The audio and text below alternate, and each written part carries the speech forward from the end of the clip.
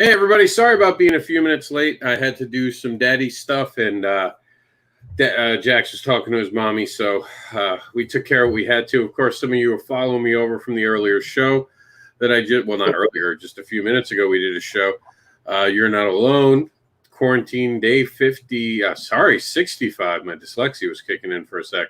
Of course, this is Kickstarter Pause, and we're going to be talking about Kickstarters for the remainder of the hour.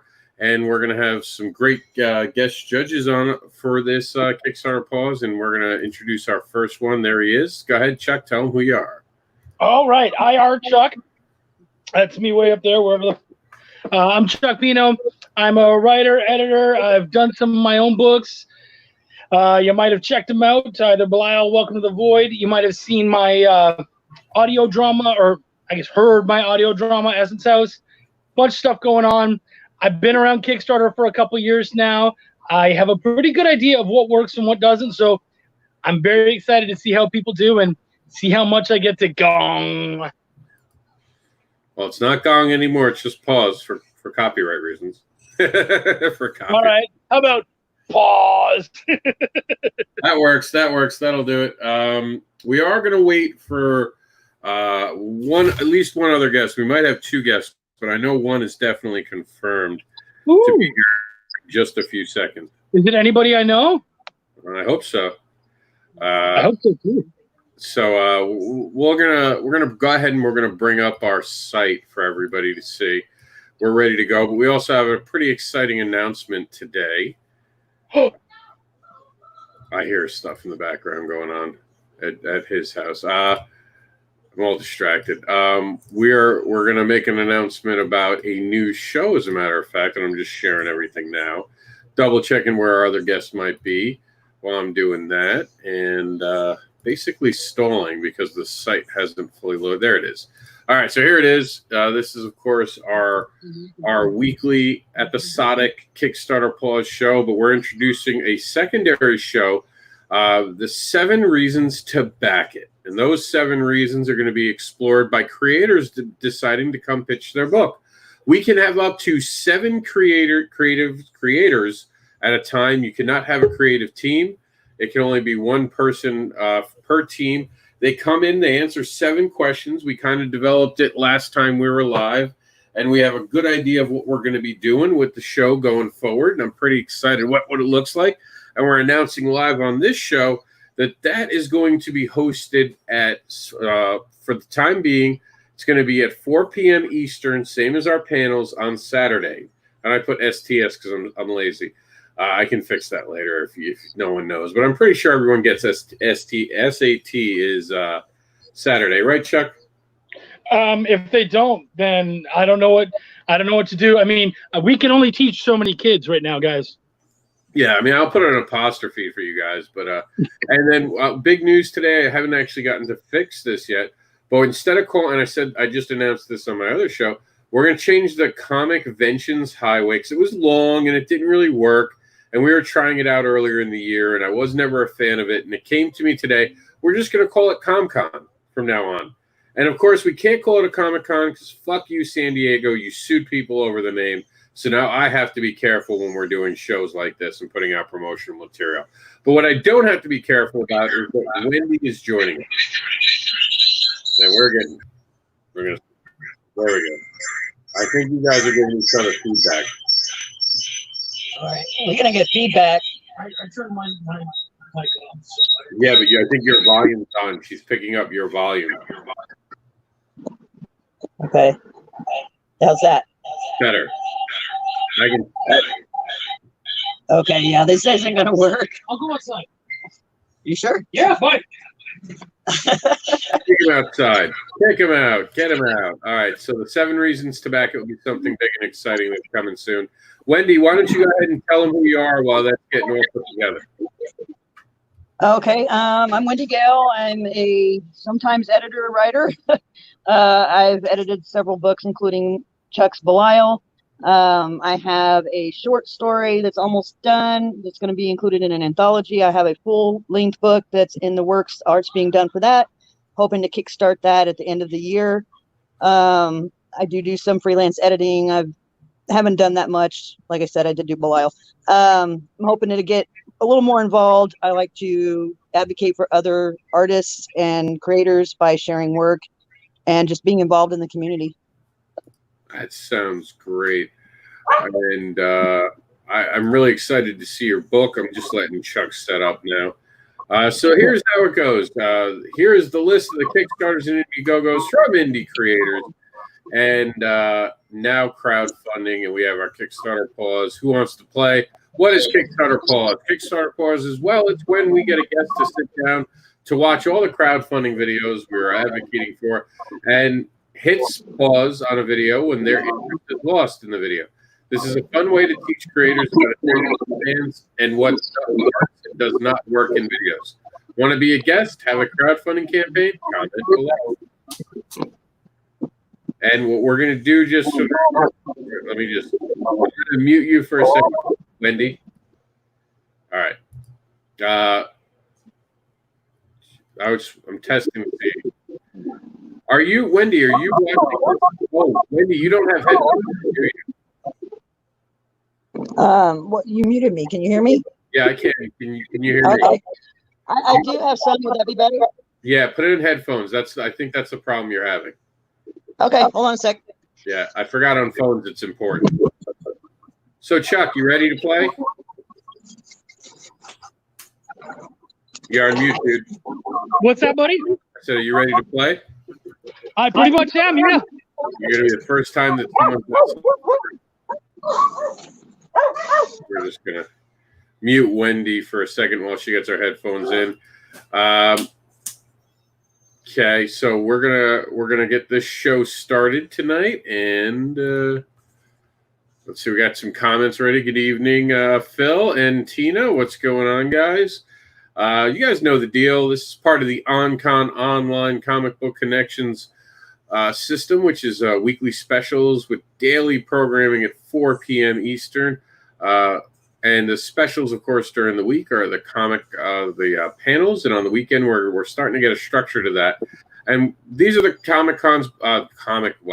These are the comic crowdfundings that are ending soon.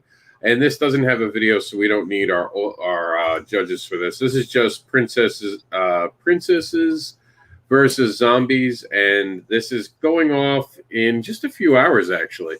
And this is from Tom Hutchinson. And this is from Big Dog Inc. And then CB Zane, Into the Suck.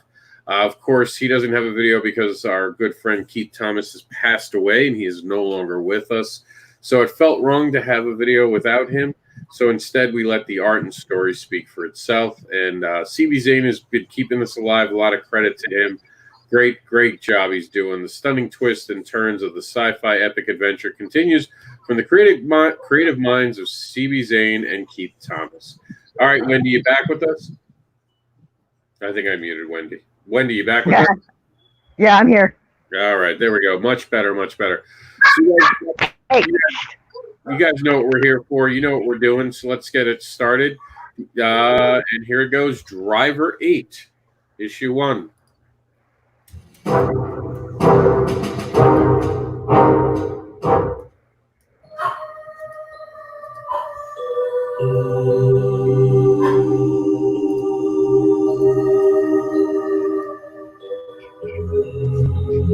A single note starts a concerto. A tiny pebble starts an avalanche. Thus it is with all things. The smallest thing leads to the largest. And so it shall be, day in and day out, until humanity's last day.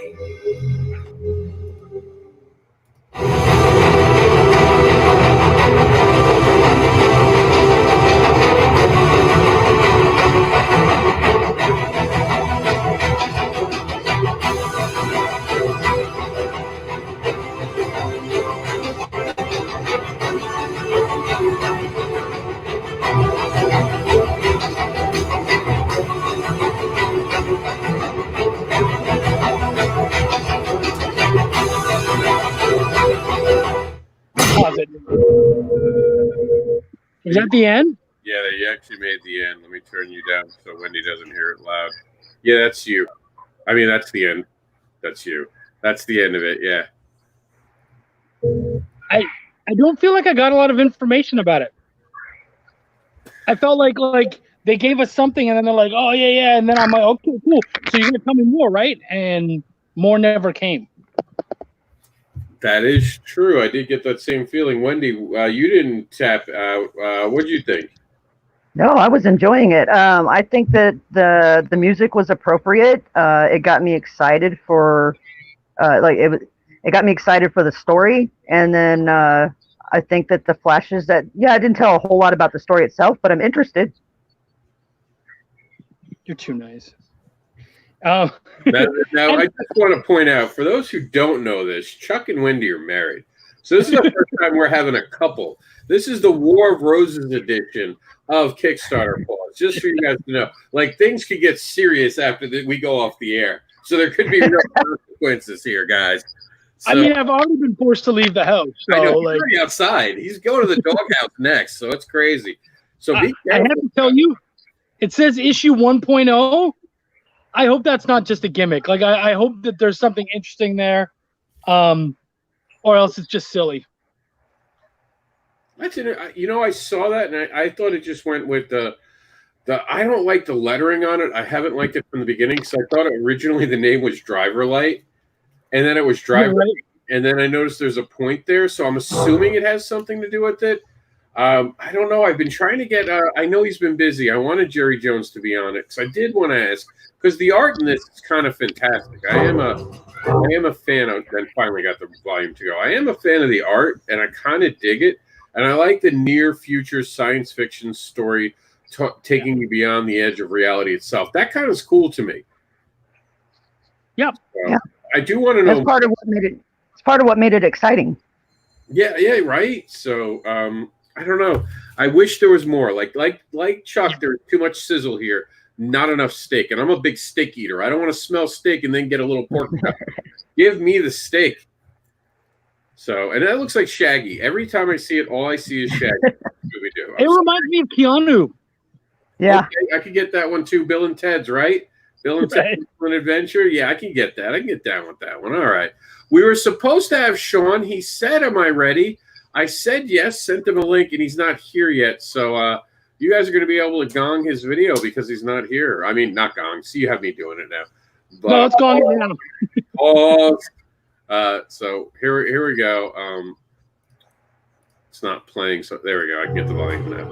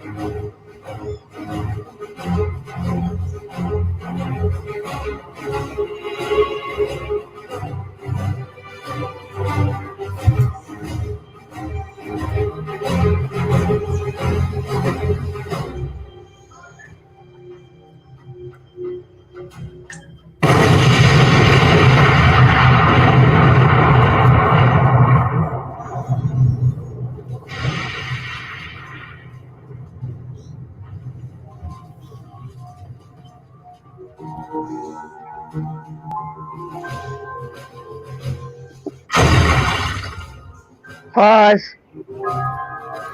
All right, now because they are part of, and I don't think you guys heard me during this, their last rights and last looks, they all get to continue to play their video up to 2 minutes. So you guys can't actually pause this until 2 minutes are up, but we register that you wanted to pause.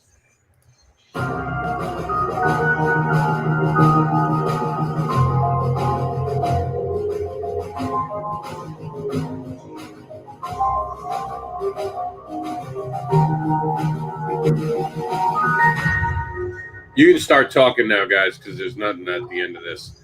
You pause it. I'm interested. Why did you pause there, Wendy? because I felt like I was getting bored. There was it was focusing on one image. It seemed like for way too long, and it's like, come on, let's move on to the next, the next thing. I got tired of looking at the same image, basically. Chuck? It was actually pretty good. I enjoyed it. I get where she's coming from. One thing I would say is, hey, when we go to a movies, the kind of movie that no one ever wants to see? The one with subtitles. If you can get really good music like this, why can't you also get voices? Because I have to say, a lot of people bitch about subtitles and about having to read and whatnot and just wanting to enjoy it. And sometimes I had a hard time, obviously, because it was so small for me. But sometimes a lot of that can go by too quick.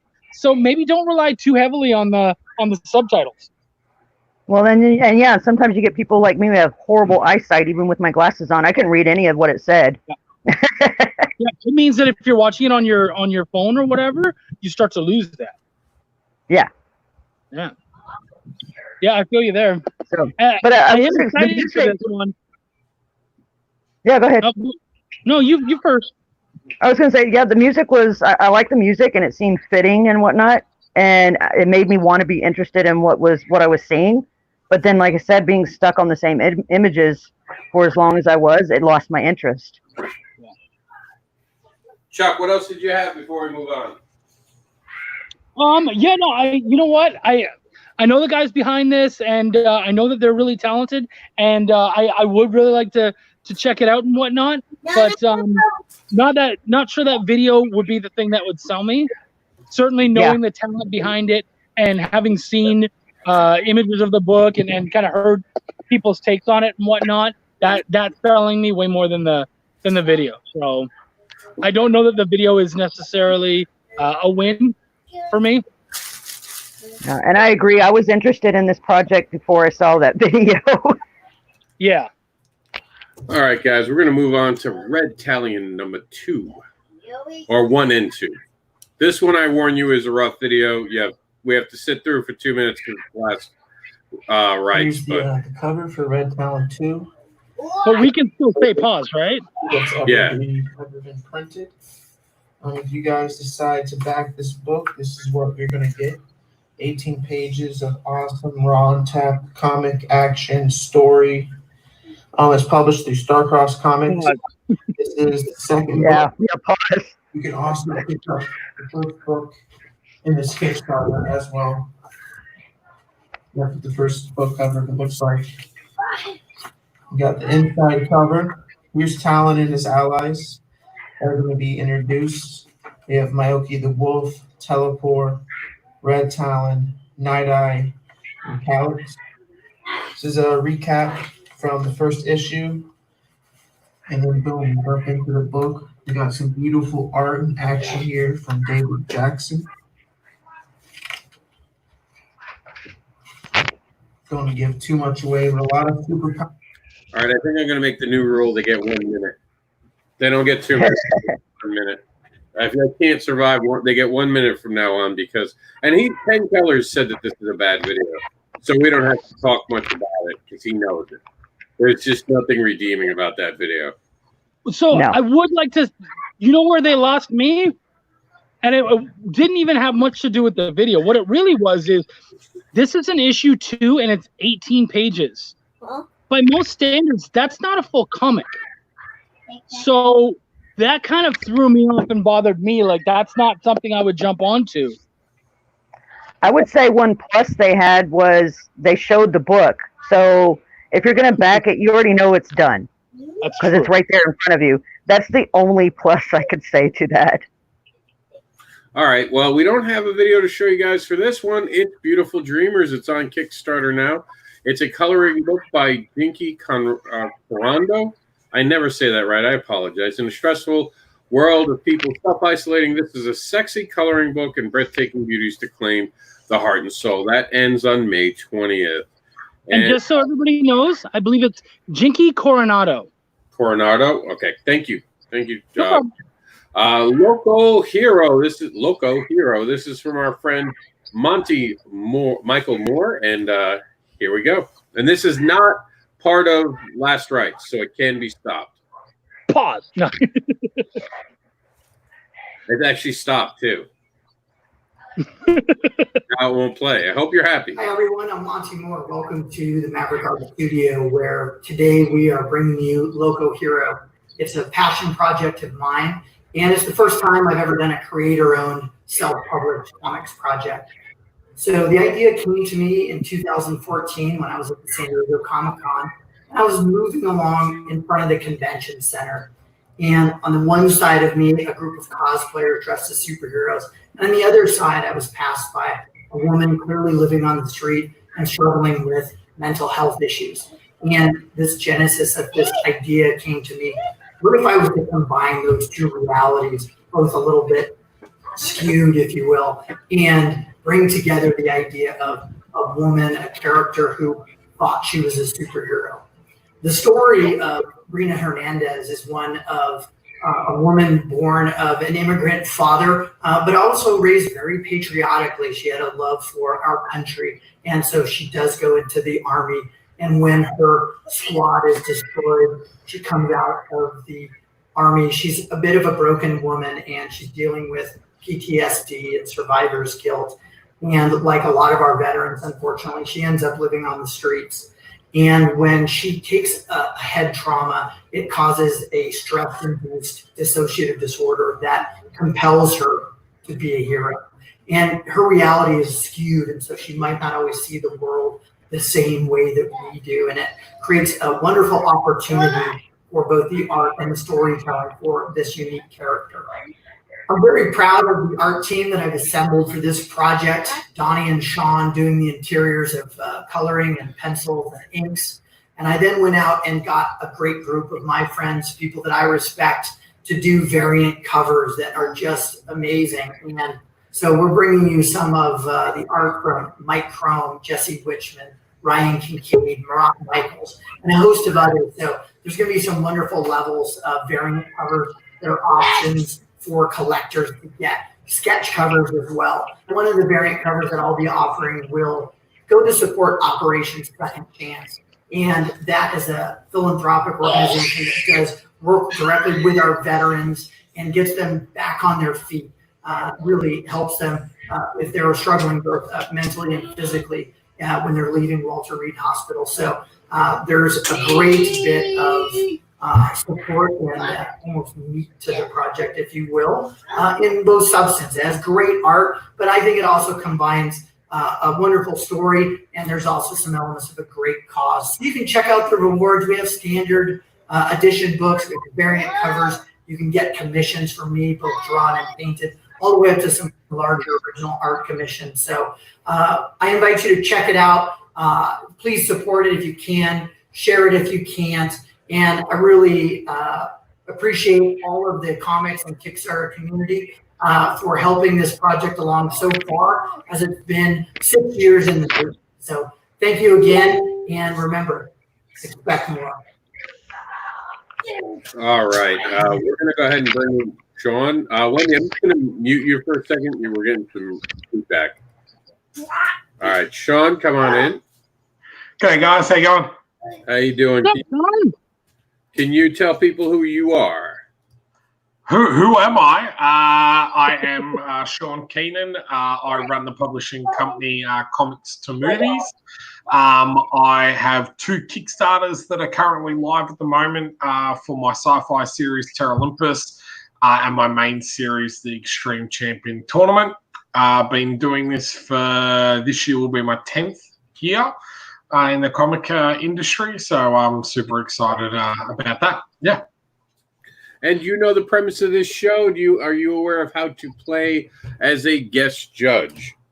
No, so I haven't watched it before a couple of times. So yeah, it's interesting to be on this side of it rather than just watching it. So all right, so we're gonna get back to it. Wendy, I'm gonna unmute you because that was on my end. I think what I was trying to bring up, there was some stuff going wrong. All right, so we're going to head on to the Zombiful World of Oz. Shouldn't we talk about We're the not going last to talk one? about Loco Hero. Well, you guys didn't if you don't pause I it. did. I didn't hear you. I'm sorry. Yeah, no, I I didn't either. said pause at the last like 30 seconds. Oh, I didn't. I never heard you. I'm sorry. By all means, then yes. If you hit pause, then yes. No, it's okay. So you and we've worked a lot with Monty since about a week or two before this actually launched. I've heard these stories multiple times, so it's not that it bored me.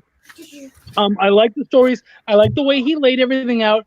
Eventually, you become a little tired of just seeing Monty. There's all that beautiful art. Once he starts talking about the art, he should start just having the art play in front of him. And he can talk over top of that. And you would have had me until the whole rest. But having to watch him while he talks about the art doesn't work as much. So that would be my suggestion. It felt like it went a little long, but I believe it wouldn't have if he had put that art over top. Yeah, I agree. I almost paused it towards the end too for pretty much the same reason. Towards the end, it seemed like he was being a little bit repetitive, just kind of repeating things he had said earlier. But I was still interested. I will be honest. I've already backed this project. I love the fact that he's giving some of the proceeds to help veterans. I have a lot of veterans in my family, so it's kind of a project that's kind of near and dear. So I love what he's doing with it. The art is amazing. I think the video just went on just a little bit too long. That's the only complaint I have. And the initial story that he starts off with, that's a banger. Like he starts that off perfectly. I love when he talks about being at San Diego and having the cosplayers and the woman and whatnot. And I think that's a great story. That was a great way to start. It just went on too long. All right. And by the way, I agree. A couple of housekeeping rules for our audience. Starting this week, any video that plays 3 minutes or over will not be played past the 3-minute mark. We are not allowing videos that go longer than 3 minutes to be played on our show. You'll get your first 3 minutes if no one pauses you, but we're not going deeper than 3 minutes for any video from now on. I don't. And Sean, correct me if I'm wrong, but I don't think a video should go longer than 2 or 3 minutes. Don't look at my Kickstarter then. Uh-oh. This is awkward. This is awkward. We're going to move on quickly to the wonderful world. Sorry, the worst thing about doing videos, I find, is that you feel like it is when you're doing it, it's quite short. But then when you're playing it back or you're watching it, you're like, damn, man, how did I get to 3 minutes and 20 seconds? Like, I swear to God, I was trying to hit all the points as quickly as possible. But, yeah, I don't know. You can have a little bit of a chuckle at mine and stop it at the 3 minute mark if I make it that far. Karen Lippis was definitely under 3. No, that wasn't that. Well, how long was that? That was 2 minutes. It just felt like it went on forever. That's what I said. No. I said it was definitely under 3. Yeah. Yeah, they did not. They weren't a fan, Sean. They weren't a fan. They're not telling you now. You got to watch. We didn't know we weren't fans. No, I did watch the episode that I got absolutely panned on. So no. Oh, Sean, that was the episode where I had to get beat up live. You are about to watch it later. I was live getting fricasseed on air. It was like, what did you think was good about your video? I was like, fuck me. This must be how everyone feels when they watch my show. I was like, goddamn. What a way to start. But it was good because to get that certain feedback, and I said this from the get-go, is people will comment about your Kickstarter and what they like to see, but you actually don't get a lot of people give you much feedback about the actual video. And a lot of times you can get some idea by how many people have actually played the whole thing and how many people haven't, completed views. But, it's interesting. My XCT one is quite different to the Terra Olympus one. It is me talking. It is me probably, being a little bit more passionate and talking about the Kickstarter rather than just having a short animated video on the actual series. So, yeah. All right. Well, we're going to start off. Sean, you're in it. You get to make comments now. Welcome to the other side. And this is a former, or not former, but he's an advocate alumni. This is the Zombie for World #2, and his name is Eric Hawkins. And this is No Rest for the Wicked.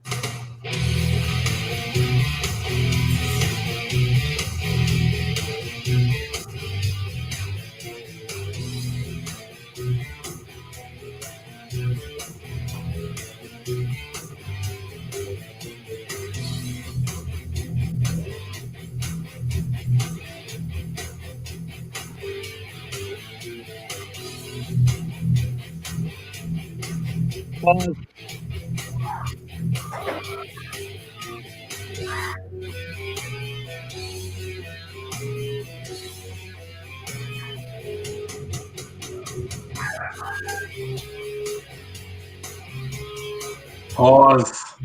All right. For those who don't know, when we have 3 guests, it takes 2 pauses, and then the third guest gets to decide if we keep going. Wendy, do you want to stop here? Yeah, we can stop. Okay. So you guys discuss, and I'm going to turn the volume off and just let it play. So go ahead. Chuck was the first one, so you have the floor. Why did you pause it? Dude, it's the Zombie for World of Oz. Don't fucking tell me who the characters are. I know who the characters are. You spent the first 20, 30 seconds saying, the Tin Man, the Cowardly Lion, Dorothy. I'm like, yeah, duh. It felt like you were wasting my time.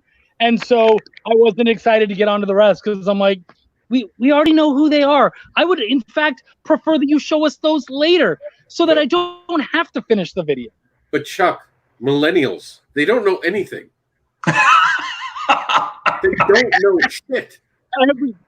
And you know what? That's a bullshit statement. Because there's been so many movies created, even now, about Oz and whatnot. I'm not kidding. Everybody knows Oz. I'm not kidding you. There are millennials figuring it out right now and going, I never knew this existed. It was literally trending on Twitter one day. They're fucking idiots, Chuck. They need to explain everything. You have to take them to the bathroom and explain bathroom etiquette. These are the same people we had to teach to wash their hands again. They were the ones not washing their hands at the beginning of this. They were like, you really have to scrub your hand for 20 seconds? What were you doing? I don't know. I like seeing the characters. Send it directly to Rob. The website doesn't want to deal with that.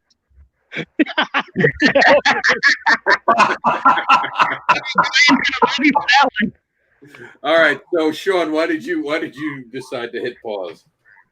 I guess for me, I just think it was too much of actually not figuring out what the actual story or what was going on. Again, I knew what the characters were, but I was waiting to see, what the actual story is about. And if it's a zombie thing, I would have liked to have seen a really good image of kick-ass zombies or something. It was it's the zombie full world of Oz, and I didn't see any zombies, or if I did, it moved that quick that I didn't even notice.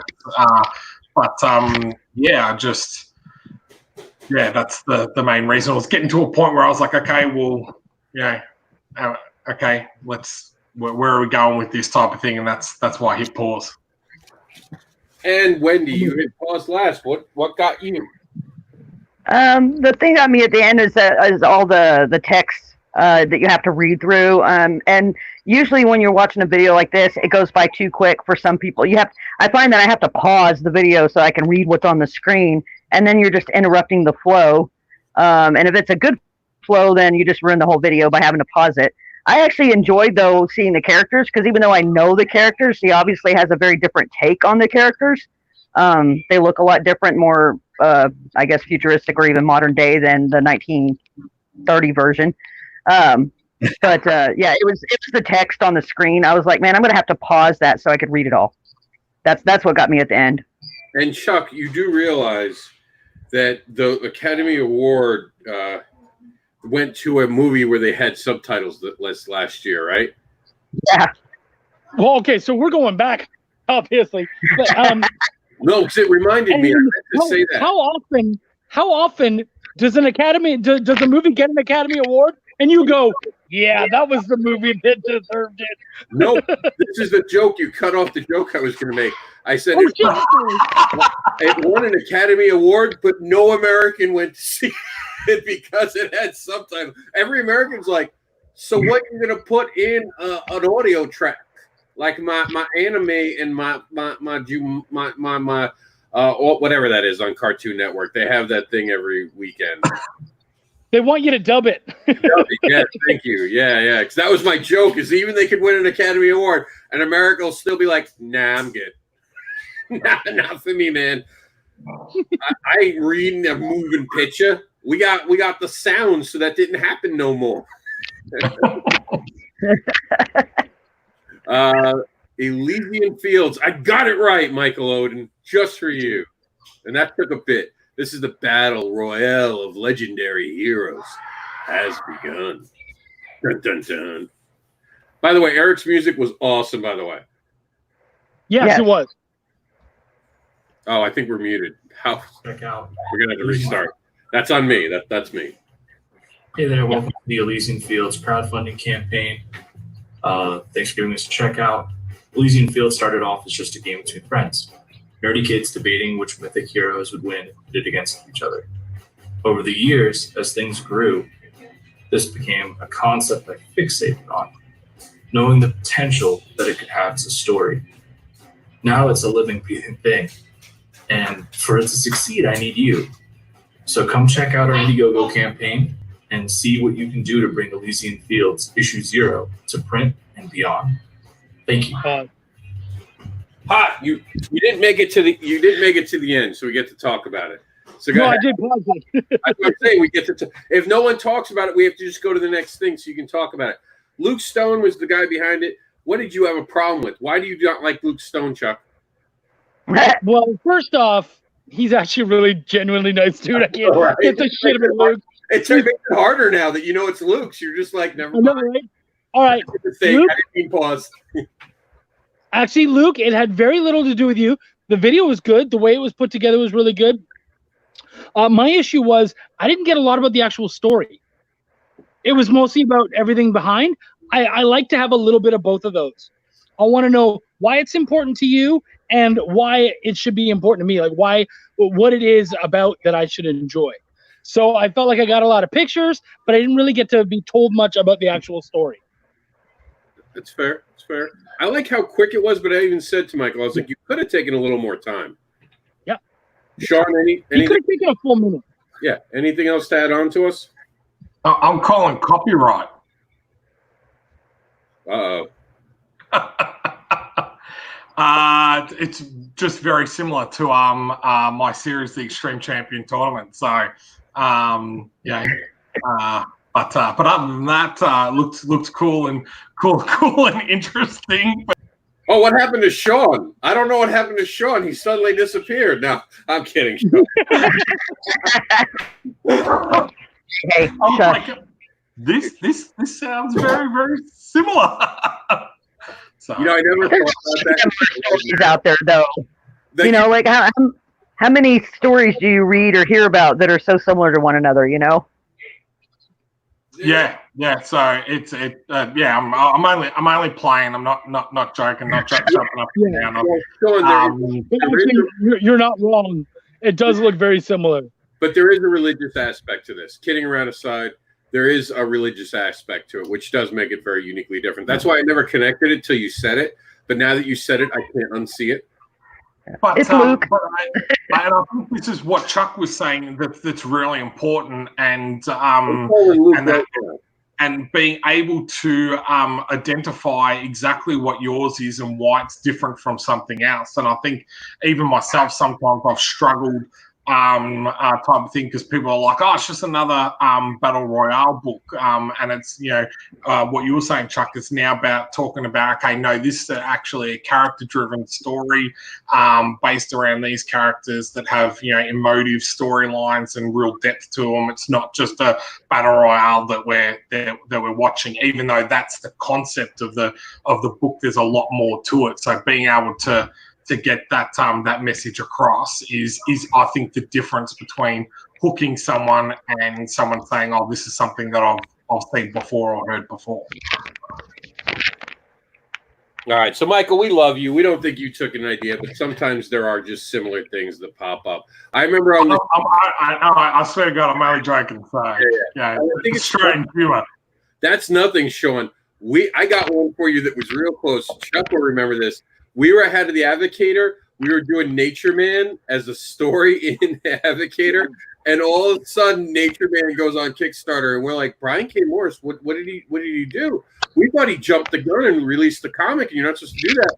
We looked it up, completely different creator, and we're like, oh shit, what do we do? Like, how do we? And it's because it's a public access figure. Anyone can use them. So it just so happened they both brought it out at the same time, and we're like, "Oh shit, okay." You already made a mistake today. Yeah, it was crazy. We were like, and this isn't copyright because it's free for everyone to use. You can't. No one's wrong, and we were just like, "Oh god." We were like, I don't think you could have 4 Sherlock Holmes books out all at the same time. Yeah, it's true. The Wizard of Oz ones, I think there's 2 also up on Kickstarter at the moment as well. So, yeah. And another one happening. Yeah, man. Cthulhu. Yep, that's it. All right, we have Sonny. There's not anything to show. He doesn't have a video. He asked me how we could help promote it. I said, why don't you make a video? So we'll see, hopefully next week. This is my, we'll see. This is Larry Holder, Otis, right? Otis. That's what I'm getting here. For some reason, for me, growing up in Queens, it's Otis. Okay, this is Otis, the Lunar Rise.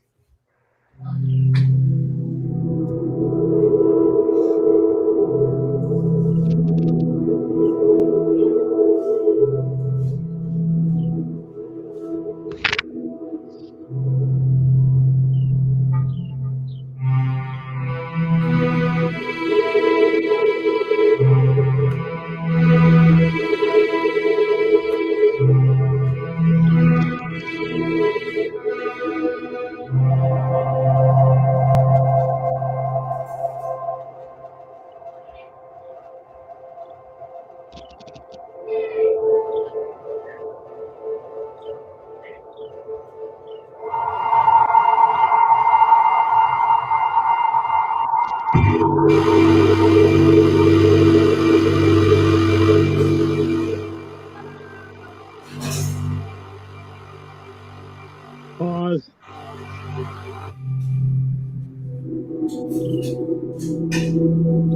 Of time and space. That's what it is. Did anyone else pause? Because I only heard one pause. Nope. Just Pause. me. So stop talking. All right, talk about it. Sean, you go first this time. Again, with this one, I think trying to actually get the story across, I feel is much easier and is a lot more compelling when someone is speaking to you, when you can hear the passion and everything that they have for a project. Love animated videos. This is something that I feel would work really well in the actual Kickstarter page rather than as the Kickstarter video. So people get it like a little bit of a movie trailer or something like that, because that's the feeling I got for it. But in regards to me backing that project, I really don't know much about it. A lot of the good versus evil, they're very cliche, very broad terms. I don't know who the protagonist is or anything like that. So, I actually don't know much about that actual Kickstarter at all. So, the video was like interesting, but I was waiting for, you know, that voiceover to kick in to say, oh, hey guys, well, I'm such and such. Thanks for checking out. But yeah, it didn't come. Well, and even without the voice, we didn't get to find out a lot. Like, don't be telling me it's good versus evil. Well, what fucking book isn't good versus evil? Like, we see that all the time. So it's like, I feel like you're kind of when you don't have a lot of space and you're using terms like that, I feel like you're dicking me around, because we already, like, we get that. That's usually a big part of what it is. So what else is going on? My other issue was, you have this really beautiful black and white art, and then you have black and white letters on top of it, and then you added color in later. Like, you guys have to know, you're artists. You've made comics before. If I have a black and white book, I usually have an all white panel, like an all white square, where I'll put my black words on, and they will not meld in with that background. So that became very hard for me to see and kind of read everything, and so it became a little difficult. I know there's entire lines that I probably missed completely because that just did not come out very well. So I feel like that was art-wise a really bad choice. All right, Chuck, but what if it's I know you're like, I know everything's good versus evil, but I got a good one for you. All right, what if it's evil versus good? Then you would have wasted my time. Like, if you were like, oh, this is a good versus evil, but it's the villain, and I'd be like, okay, cool. It's good versus evil. Like, gotcha. I feel like I've entered into Rob's stand-up comedy show tonight. So. Me and Chuck can't get together without the sarcasm going around and the jokes flying. Like, anytime he's on. Wendy, what about you? What about what? Wendy? Yeah. Well, I agree. I was going to mention the poor choice of the white lettering over the black and white artwork. I really couldn't tell what it said, except in a few places where the artwork started to kind of fade, and it was like, oh, that's what it said. Okay. But again, like Sean said, I didn't get enough of what that story was about for that video to interest me into looking into it any further. I think there was some poor choices made in how that video was made, especially with the lettering and whatnot. Send all hate mail to bonfirepress.com. Joke's on everyone. There is no .com. I Yeah, know. you can tell them that. Bonfirepress.com. Go ahead. Go ahead. See you. We're going to go ahead and we're going to hit the next video. This is Johnny Phantasm, Indiegogo.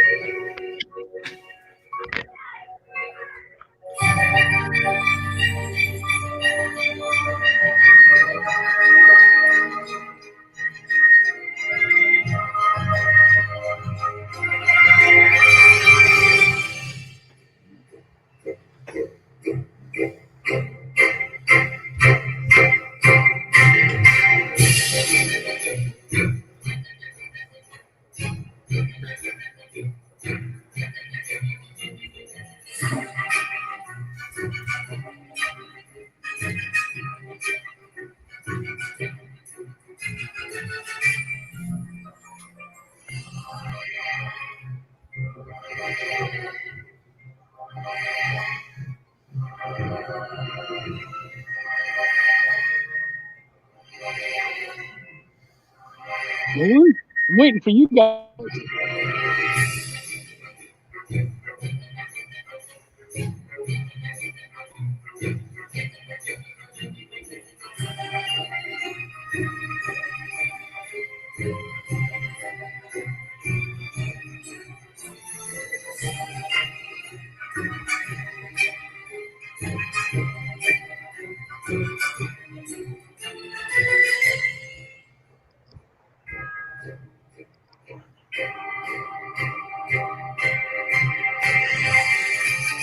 Pause.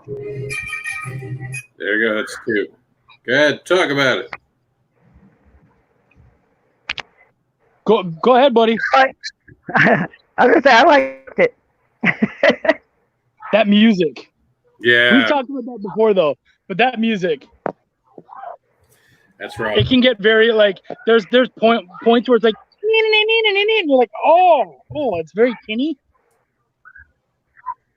Yeah, I thought the artwork was really good. I thought that actually intrigued me. I'm a very visual person, so when I was looking at that artwork, I'm like, okay, this is something that I would actually visually appeal to me. I did think a couple of the writing parts. It started off very, very slow, but then when I got towards the end, it sped up that quickly that I missed, I think, one of the panels there. But I kind of liked it. I felt like I got to know a little bit about the story and that. I probably would have liked to have maybe 15 or 20 seconds have had that finished, and then the creator come and jump on to again talk about the journey, rather than go into, as soon as I saw that say, hey, can I watch something on TV? Sorry, guys. With my grandma? You can. So this is my little girl. So Hi, honey. Sorry about that, guys. It's always funny.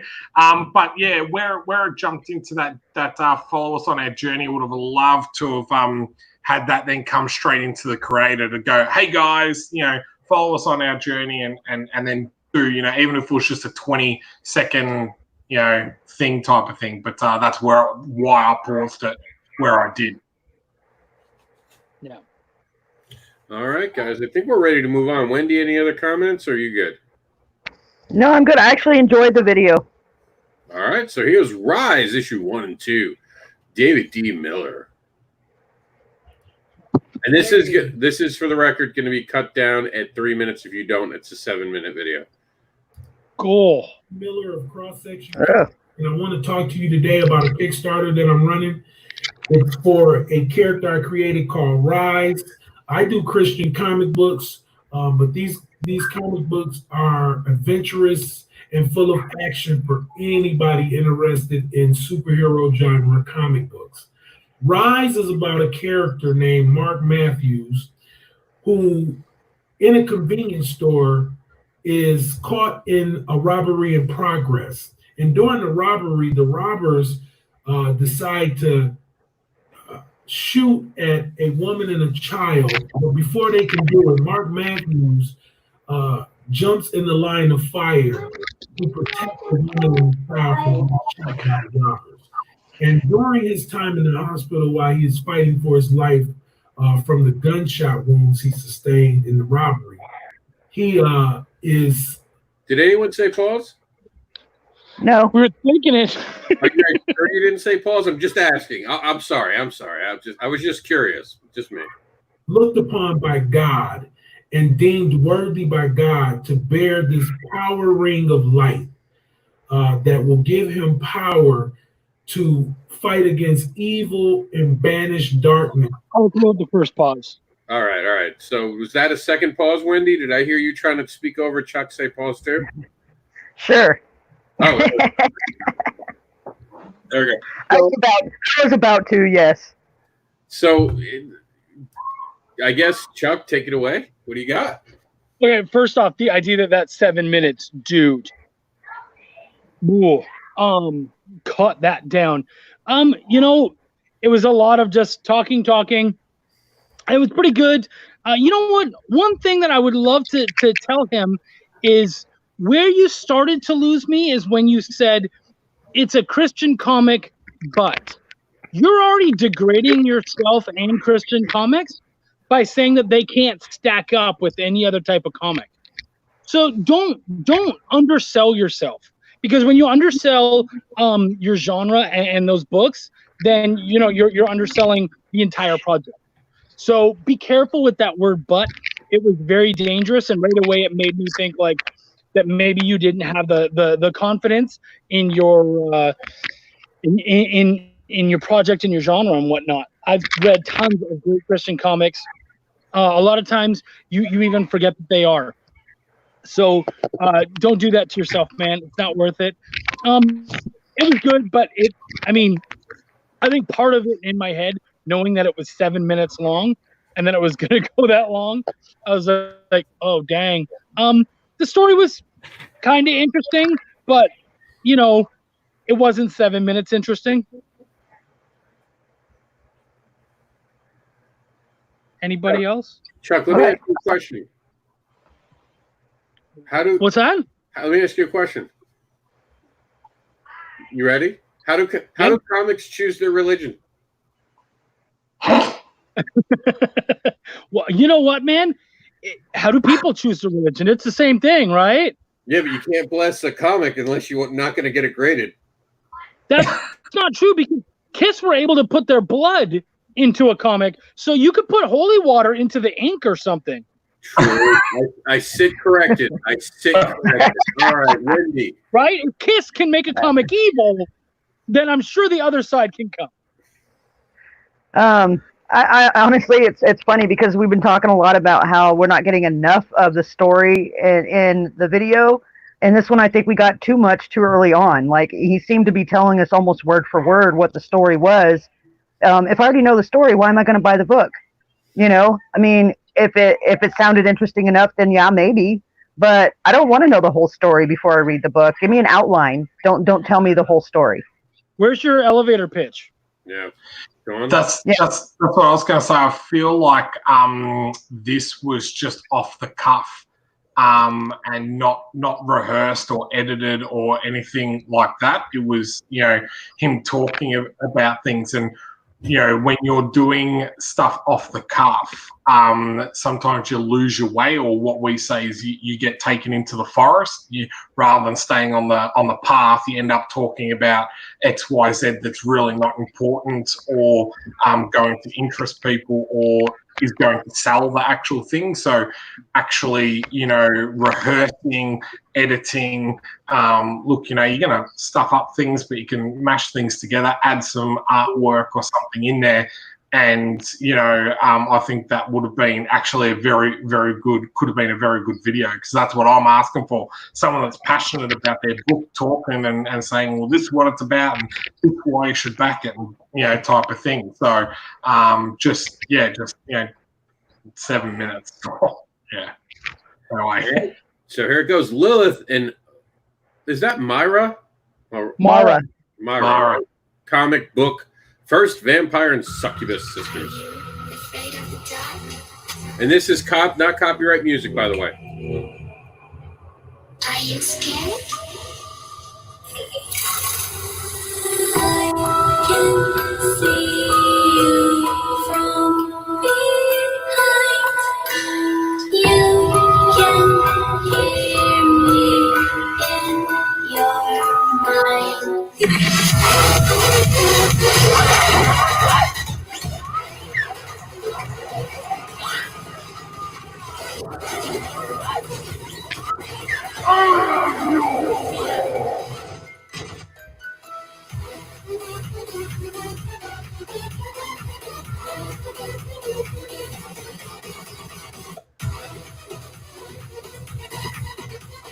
Pause.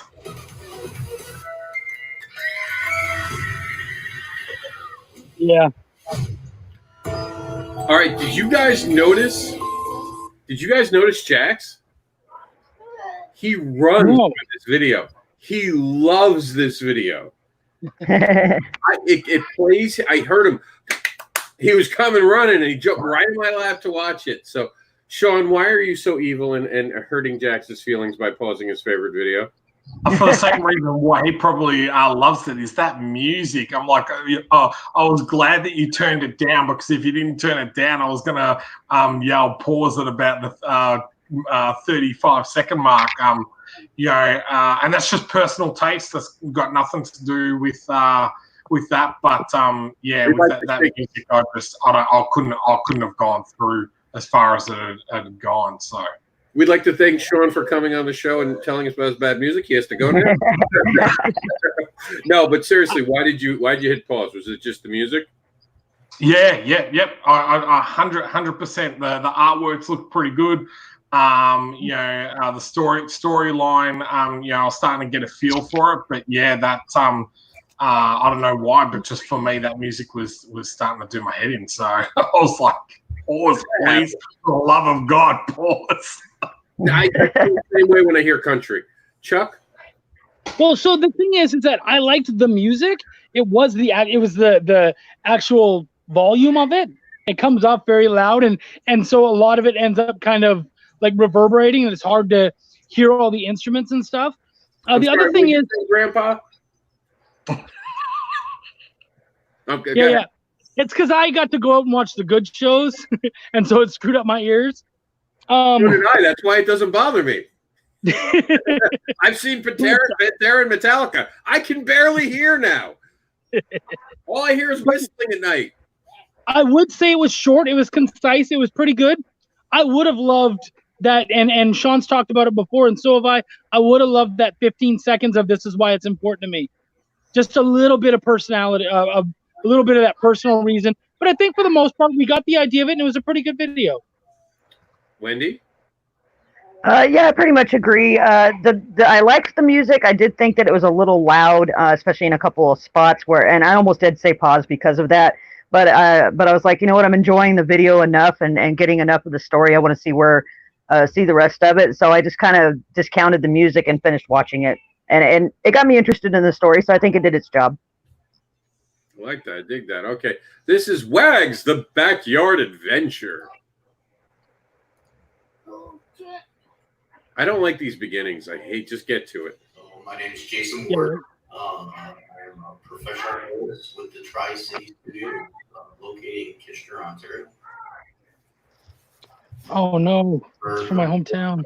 4 individuals who all live in the Kitchener-Waterloo region who came together about 2 years ago to form the studio. And we are now starting to produce our own comics, our own children's books, stickers, magnets, whole production line for children and adults alike.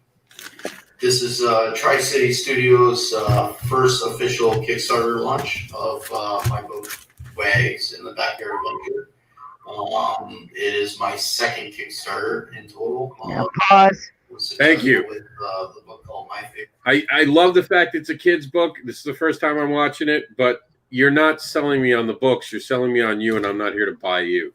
I'm here to buy. Well, I'm okay if, and like I said, Sean and I both talked about it. I think Wendy might have mentioned it too. I'm okay if you tell us why this is important and why this book is important to you. But you literally spent the first 30 seconds to minute talking about where you guys met. Like, okay, Kitchener, Ontario. I lived near there. I get it. It's tough to not give love to the home, but guys, we don't care about where you came from. We don't care about that stuff necessarily. Sell us on why the project is important and the project. And it took way too long for us to get to the book. By the time it did, I was like, I don't care. You're already telling us about fucking stickers and stuff. Like, so what? Let me ask this question. Yeah, I believe that if you are going to touch on that stuff, like it has to tie in with the book. So if you're writing a book about, a guy doing it tough in New York, and you grew up in New York, and you have ties to that area and everything, well, then that ties into your story. This is why you're passionate about it. But just for me to say, "Oh, I come from Australia, mate," g'day, it's great. That's who gives a shit? No one gives a shit. Type of thing. It's about selling the story type of thing. So. Now, let me ask you guys a question. Does his body language throw you off immediately? That's why I said pause. Oh. Like, that threw me. Being from New York, like, we're big on body language. He's not showing me respect. Like, he just – and it's nothing against him. He looks like he's doing me a favor telling me about his project. And I can't. Body language matters to me in a video. And that's a big tip to you guys. When I do my videos, I try so hard. Sometimes I'm even stiff because I'm trying to show respect to the people I'm asking for money. And I'd rather come off stiff than be like, yo, my book, buy it, bitches. I don't want to do that. About a kid's book. The kid's book. Learn some shit. This is Silver. Oh, Wendy, did you have anything to say? You didn't chime in. Yeah, I felt like it was him trying to come off with what he was saying and explaining as someone who's professional, that they have this group of, production team, whatever, And but it seemed very unprofessional to me, the video itself. Him so relaxed and comfortable in his chair and just kind of, you know, like he was just sitting down and just, well, I'm going to tell you about what we're doing. It's like, okay, but you're doing this stuff and you're offering these things. What about the story you're trying to sell me on? I didn't see any of that. She's going to be back here for the rest of the show. Yeah. This is, and of course, we hope he watches the video and understands. We're telling him this because we want him to realize how he could be coming off to people. I'm from a place where your body language means a lot. I don't know. Maybe Canada, it doesn't matter as much. That's maybe a cultural thing. So, as a Canadian, I will tell you that we are very relaxed people, and it's okay to be relaxed, but it didn't feel like you were taking it seriously.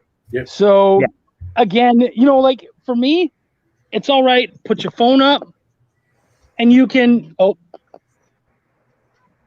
put your phone up. Okay. No, I'm back. Sorry. Put your phone up, and you can lean back. If the light wasn't there, you can lean back and still talk and still seem professional and relaxed without, you know, slouching and looking like you don't give a shit. I like the Savior Chuck look better with the light coming around your head. That was really cool. You know? All right, this is Silverline double feature, Divinity and Twilight Grim. It's a 3-minute, 24-second video, so it's not making its end. Hi, I'm Roland Mann, and I run Silverline Comics, a genre-spanning independent comic book and graphic novel publisher. I'm here to tell you about our two newest comics and what we're calling our Silverline Comics double feature. The first one up is our new series, Twilight Grim. The story is set in the city of Hallowed Heights, a town divided by a great wall. On one side of the wall live the upper and middle class humans. On the other side of the wall, in the ghetto called the Blood Zone, live the poor, homeless, and forgotten humans and vampires. There's no law protecting humans in the Blood Zone, and the only thing standing between them and death at the hands of the vampires is a mysterious and violent young man named Twilight Grim. He finds his life further complicated by three women: a teenage petty thief named Susie Q, Dinka Dupree, the spoiled daughter of the mayor of Hallowed Heights, and the sultry vampire Scarlet Radovic, whose family rules over the Blood Zone. And the dark cloud hanging over all of them is the very real possibility that the treaty that led to the creation of the wall may soon be broken, and the city may again be torn apart by an all-out war between vampires and humans. The creative team on Twilight Grim is R.A. Jones and Rob David. Together, they previously produced such work as Scimitar, Merlin, and Strawman, published by Marvel, DC, Dark Horse, and Image. They're joined by Mickey Coffin on colors and Mike W. Belcher on letters. Next up is Divinity. It's co-written and inked by industry veteran Barb Calvert. R.A. Jones joins her in co-scripting. Newcomer Alex Sarabia is the penciler. Steve Matson is coloring, and they're also joined by Mike W. Belcher on letters. Here's Barb talking about Divinity. I'm Barb Calvert, creator of Divinity. Divinity Gray is an 11-year-old girl who, after a near-death experience, finds herself with a mysterious ability to heal. And because the world isn't always a good place, she finds herself in danger from those who would like to take advantage of that gift. After the suspicious deaths of her parents, the older brother she barely knows, Marine Sergeant Zach Gray, becomes her guardian. Their lives are forever changed as they have to go on the run to keep Divinity out of the hands of an evil cabal. Along the way, there will be great peril, but there will also be friends and family. We'll have an absolutely amazing rewards available, and if you're feeling out in the cold without access to comics these days, here's the opportunity to get in on our great Silverline double feature. Thanks, and enjoy. So there you have it. Pretty exciting, right? And guess what? These comics are finished. Theoretically, we could print them and ship them tomorrow. But what we need now is you and your help to make that happen. We have so many levels. There's something for everyone here. If you're a fan of the original art, wow, yeah, okay. A lot of stuff. There's some All right, so I would have let it go the whole way because honestly, 2 comics, 3 minutes isn't that bad. But go ahead, Sean. What happened? Yeah, I just think getting pitched two things at once is a little bit confusing. You know, I really liked the start.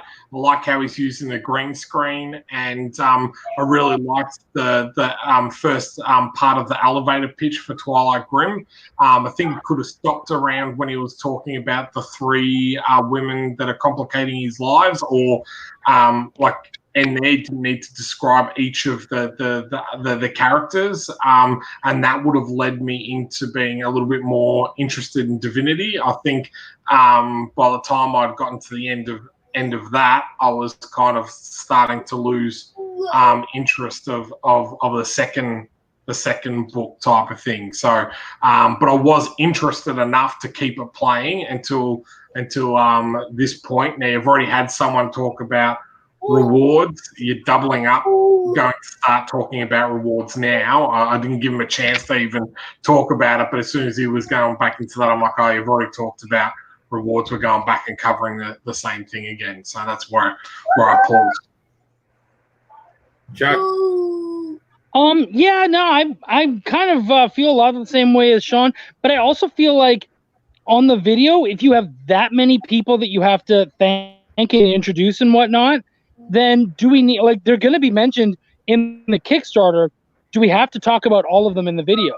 And if you want to fight me on it, you can, but think about it. We've already watched so many videos, and not once have any of us said, hey, what about the team?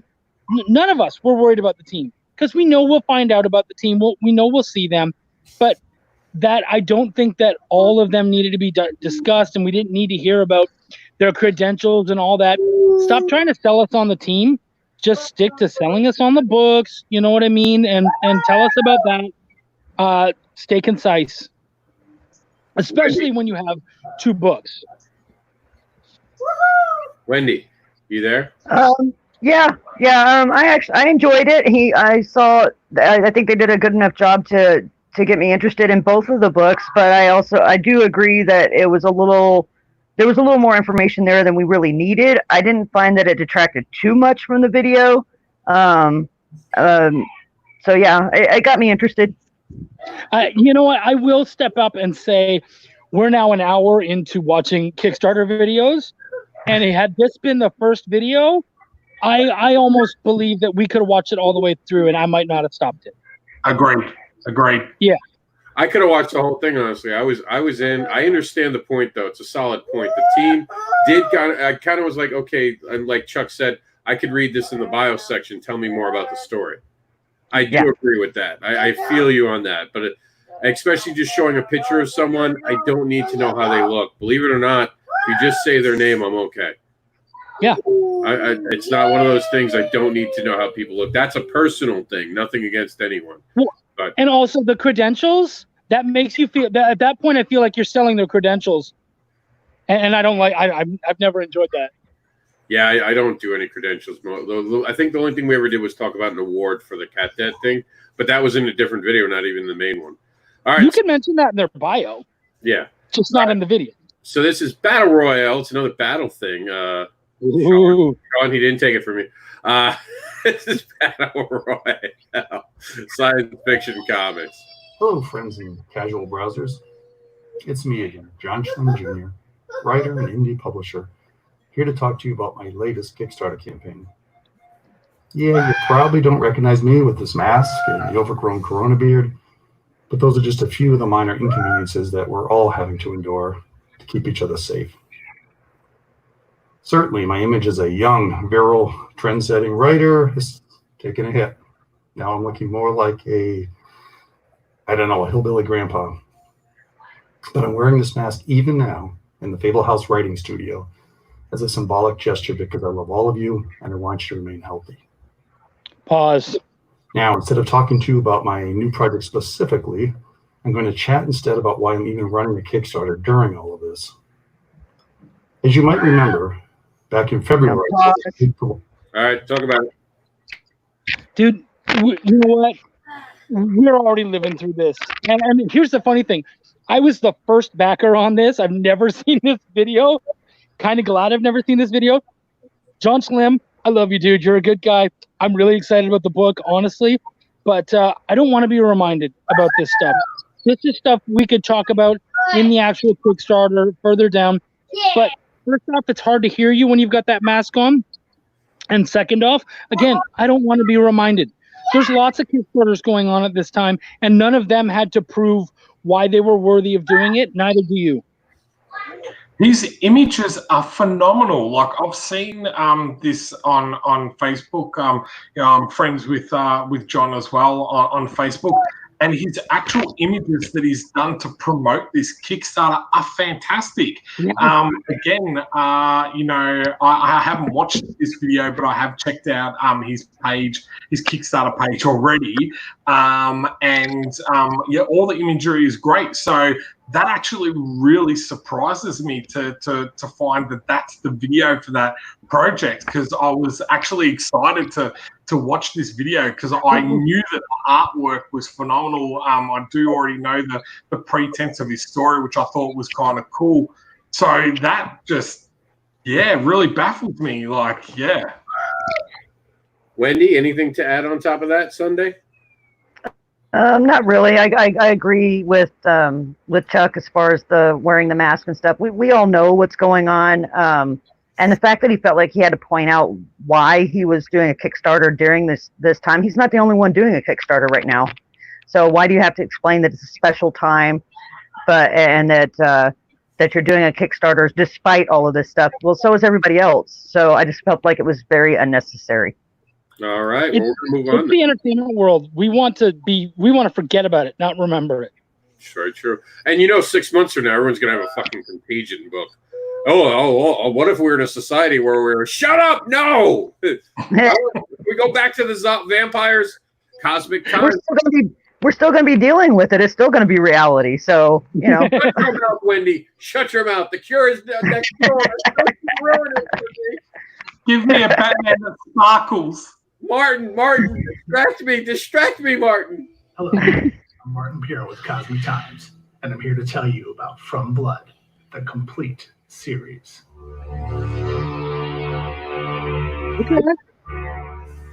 From Blood is the story of the man known as Patient 27. He is a super-powered mental patient on a quest to discover who he really is. Along with Dr. Ashley Reese, they delve into his deep, dark past. But others are also after the secrets he keeps, and soon the two are on the run in an action-packed adventure that will take them across the country. They are not alone in their quest. They are joined by the mysterious Marco, a man tied to 27's past, who also hides his own dark secrets. Hello. The entire series is available for the first time in full color through this campaign. It's over 70 pages of action and intrigue, and it can be yours. Conceived by James Wynott and Zach Bassett, and written by James, Zach, and myself, we are telling a multi-layer story that is only heightened by the incredible artwork of Zach Bassett, with glorious inks from James Wynott and Kenneth Lanier, and spectacular colors by Victorino Moyo G. Beyond funding the production and printing of From Blood, we want to use this campaign to get this incredible series into new readers' hands. But we haven't forgot those supporters who have been with us since day one. We have reward tiers for you that allow you to get just Chapter 3 with options for the various covers. Pause. Other reward tiers feature special foil covers for the entire series, original Zach Bassett sketch covers, original production artwork, and massive collector's packs that include just about everything from Blood. We've tried to make reward tiers that will appeal to everyone. I hope you check out this campaign and that you find something that interests you. Also, please help us get the word out.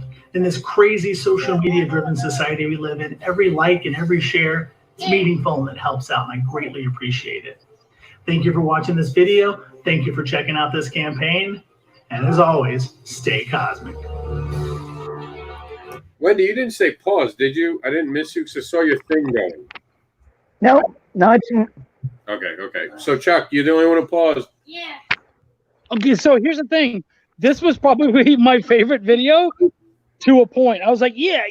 I was loving all of it. And then he slows it way down. He starts telling us about the team And then he starts telling us about rewards, and I'm like, I don't care about this shit. I'm gonna see the rewards. You know, like you've sold me on the book. I'm already gonna go look at the rewards. I don't care about them. Anyone have any other comments on it? I dug it. I did too. I think that, I mean, yeah, he mentioned the team and he didn't, it's not really necessary, but it was very, I think it took him like 5 to 10 seconds. So I didn't really see that was an issue. And I kind of liked seeing the rewards. He went through them pretty quickly. And I think the way he did it, it would help get people who made it to the end of the video a little more excited to look into the project. I liked his, I almost want to say enthusiasm, but it was almost like he was speaking in a comical way.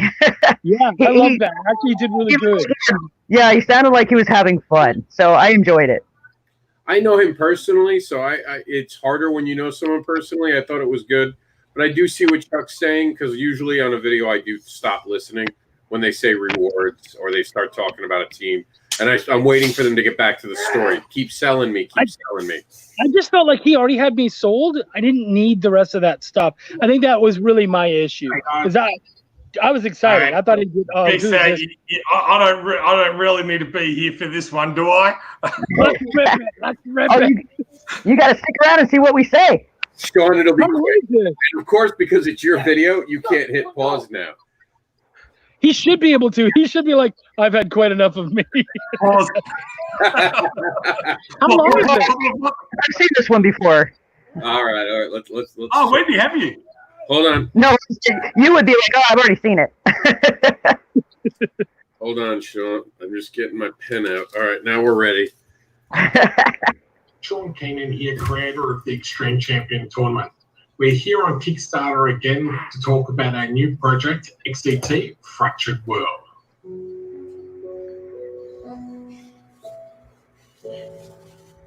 Yeah.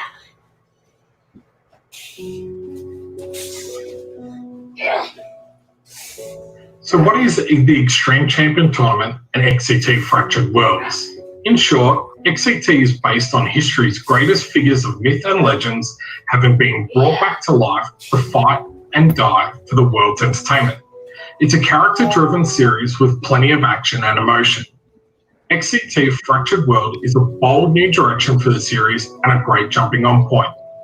This issue takes action out of the arena and brings it into the real world. This amps up not only the action, but the excitement and intrigue as well.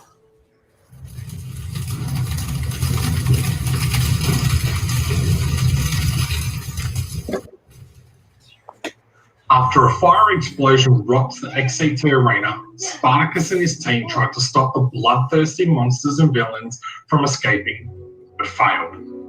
Now with a team member arms against Khan, or will he stand by and watch the world fall? I didn't. That's not me. It's still playing. You have a bad track here. Oh no. Yeah. That wasn't anything on my end. So why Kickstarter and why trust us? We use Kickstarter to help raise the final funds to bring projects like XCT Fractured World to print. We require the initial $5,000 to help finish off the lettering and printing of this amazing 64-page full-color graphic novel. This will be our 11th campaign, with all our previous XCT Kickstarters being fulfilled. So you can trust that you will not only get what you pay for, but you will also get an amazing book as well. Yeah, your track's We've got off. loads of different rewards, which include digital awards, the standard and incentive covers. We've got all of the XCT collection, all in both digital and printed format. We have... Pause it. Pause it, please. Pause it. Okay, for Sean, I'll pause. Oh, God. It's painful listening to yourself. Oh, my God. Sean, can you sit down for this? We have some talking to do. I'm muting myself. No, you know what? It wasn't bad. Sean, honestly, pick up the pace a little bit, fix your audio track, put some more overlays because I really think that you look like you've been taken by terrorists, and I keep wanting to scream, "Please blink if you're okay. Blink if you're okay." So put other art in your face, but your narration is good actually. Yeah. My issue was, why didn't this guy speak English? Like, what the hell was he even? What language is? Isn't that Canadian? Go ahead, Wendy. Go ahead. Bro, I learned that's what Canadians sound like in X-Men: Pride of X-Men. No, actually, I thought it was pretty good. I agree with pretty much everything that Rob said.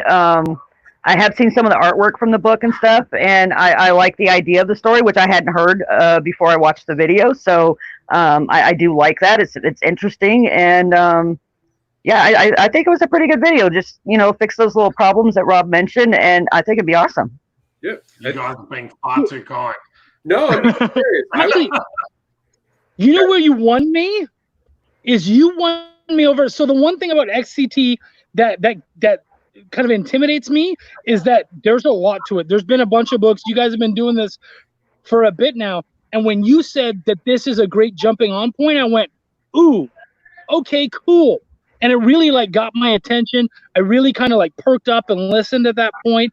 I got excited about the story and everything. So actually, dude, what you were saying and the way you were talking about it, I think you sold it really well. I honestly want to now go back and take a look at it, and there's a good chance I'm going to jump on just because you told me this is a really good jumping on point, and that's something that people don't do often enough. Yeah, and I was actually considering it earlier today. I was looking at different Kickstarters, and it was one of the ones that caught my eye. But, you know, everybody has to be a little picky about what they're backing. So, you know, I'm kind of weighing my options at the moment as to which ones I'm going to hop onto, and it's definitely on my list. So I would also say, Sean, cut out the end part and put that in a separate video because, like Chuck was saying, you're inviting new readers and then suddenly you show a wall of comics and they're going to feel intimidated. Never show how many comics. If you're inviting new readers, which much love for that because Chuck's right. So many of these people talking to the audience that's already pre-established. Clearly, you want a new audience. Just remove that. Yeah. Leave the Spartacus guy because that's a big thing. That is a huge moment. Just take out that wall. Yeah. You know, you don't want to intimidate anyone because that'll get a guy like Chuck to be like, oh, do I need to know what's in there? Like, is that going to be part of the test? It's interesting because one of the first comments on the Kickstarter is actually that they're like, oh, well, you know, what's that actual reading of this type of thing? So, you know, where do I need to start type of thing? So that's really good advice. Thank you very much, guys. I'll go back and do that. Yeah, and I'm going to let Sean attack my video. So go ahead, Sean. You get to have to critique me now. So normally I would have just said this is on Indiegogo because we ran late, but Sean deserves to be able to get me. So go ahead, Sean.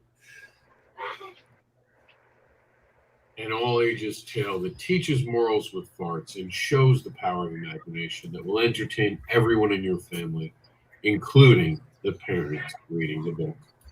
Thank you for hitting play and allowing us to introduce you to Cat Dad and Supermom, the award-winning Farts with Morals storytelling awesome adventure that people seem to love. And we could keep going that way. We could use words that could try to get you to be excited and convinced to buy it, but I'd rather just be honest with you. I'd rather be humble with you and tell you why I created the story. You see that little boy over my shoulder, right over there, and the other side, Supermom, and the big elephant that farts, all of that is based on my boy. He's a special needs 5-year-old who I love with all my heart. And he has made me a better man and has taught me what unconditional love is. So if this story is about him, the standard had to be higher. That's why I got one of the best artists in the world in Raheel Mohsin. I got Chuck Pino, who has done such great work as an editor and as a that guy to be part of it. Both of them became co-creators because of how much passion went into this. It was about passion for creating a top-notch story that was meant to entertain your entire family. And I think we did that. The rest, they're all keywords. They're all ways to convince you to do it. Truthfully, this is a story that matters to me. And it had to be one of the best stories that I wanted to share with you. It advocates for people who get bullied, and it advocates for the right things to do when you see someone get bullied. It advocates for being a better human being, but it also represents my son. And because of that standard, because of the fact that my son is in this book, it had to be one of the best things I could create, probably in my entire career. Anytime my son is attached to something, it is that high of a standard for me. So if you're looking for a reason to back this Kickstarter, it's because, well, because I love my son. And I wouldn't put anything out with his name on it that wasn't amazing. Thank you for watching, sharing, and backing Cat Dad and Supermom, and Ella Fart never forgets. I still love that Dax's voice is in the background, and it was unintentional, and he was just yelling in another room, but it was the perfect timing for it. Well, he didn't say it can't make any. As soon as that video started, I was going to yell pause because you just didn't have your glasses on. That's Robert Gregory. This is Rob. Robert I was like, who's this guy? Did he get someone else to do his video for him? Like, you know. No, but seriously, that's amazing. I think being able to connect on a level and have that emotional connection to a story is quite difficult, and you can definitely see in that video that you know who it's for and why it's important, and yeah, you know, it's an amazing Kickstarter as well. So, all right, guys, wouldn't you say, Sean, that this video is kind of like the Kickstarter video equivalent to like Deer Eyes, where it's just like they're batting their beautiful baby eyes, and you're like, man, he's talking about a special needs kid. Like, I can't talk shit about this. Yeah. At one point, I was waiting for a fart or something. I was like, oh, he's going to do a fart joke. Like, yeah, come on. Oh, yeah. Camilla did not care. Camilla did not care. She paused me. She ripped me up. She beat me up. Set me free. But in fairness, I went back and I fixed everything she said. I fixed everything she said. So, and she got to basically the end. So I was kind of proud. And I'm also proud about the power of a single dollar. Just one single dollar can help make dreams come true. Every dollar is a declaration of support and belief. It helps the creators and their team behind the book. Just $1 helps create new worlds and keeps creators creating. And if you're going to keep creating, get a book on Amazon called Kickstarter for the Independent Creator by Madeline Holly Rosing and Christy Shen. And it is amazing. It will tell you some tips and tricks to keep you on the path of funding. And we had the amazing Camilla on our show, Camilla Zhang. She told us a lot. I put it in here for you guys to watch, learn how to make a better video. And coming soon to Kickstarter, Christy Shen's back with Demon Bitch. We have Realms of Spirits by Sylvester Edmonds Presents, and Be Kind and Share Guides. This is all part of the Advocating Network. And remember that if you ask us to promote your book, we'll do so the way we think is best. This is part of that. We hope everyone felt this was educational and did not pick on anyone. Trust me, me and Chuck could show you picking on you if you would like. It is way different. We did that one time. It was fun for us. I don't know how we didn't get hate mail. I did not. Yeah. I don't know how we didn't get hate mail. But that's it for today, guys. Real quick, go around the room. Tell everyone where they can follow you, amazing creators. We're going to start with the one, the only, Chuck. Well, we're not. I kicked him out. Okay, there he is. Hey, guys, what's going on? I'm Chuck Pino. You can find me on Facebook, Chuck Pineau, on Twitter, @ChuckyPin. And actually, right now, what I really want to push is my 50th episode of Chuck's Raw Reviews should be coming late tonight or tomorrow to YouTube. I would love for you guys to check that out because we've got about 15 books that I'm going to be doing reviews on really excitedly. I've got some really great books I want to tell you guys about. So I'd love if you guys checked it out. Thank you very much for showing up. 15 in a row? Wendy. All in one video. Hi, I'm Wendy Gale. You can find me on Facebook as Wendy Gale. I'm also a member of Bonfire Press's Facebook page and Visible Dreams Facebook page. I'm also on Twitter, but I'll be honest, don't check it very often, but I'll try to get better at that. I have a book coming out probably at the end of this year, beginning of next year. It's in the works. And I'm the partner of Chuck Pino, and I will be helping him out on his Chuck's Raw Reviews 50th episode. Woo. And Sean. Okay, guys, you can find me on Facebook at Comics to Movies, on Instagram at Comics to Movies, and Twitter at Comics to Movies. We do currently have the XCT Kickstarter up at the moment. So we've just almost hitting 1 day on that and had some amazing support. So would love you to check that out. I'll take the advice that these guys have given and fix up my video. And I hope you guys learned something off this. It's definitely been something that I've used in regards to doing my video in the first place. So the other Kickstarter. I know. But final days of my other Kickstarter, Terra Olympus. We are literally only $60 away from hitting 10,000 Australian dollars. I've never ever done a $10,000 Kickstarter before. That would be amazing dollars. All right, guys. I thank everyone for being here. I thank this amazing panel of judges. I hope everyone learned from this. This has been a broadcast of our Kickstarter Pause program, which we hope you learned from. Check us out this week. And Sean, you're invited to tell us the 7 reasons to back it and see if you make it to the end of the show to actually get your video to be played uninterrupted. And I want to remind everyone that we will be back at 4 p.m. tomorrow. And to be kind and share is how we're going to end it. So anything you saw today that you liked, you thought was amazing, make sure that you're sharing it with the world around you.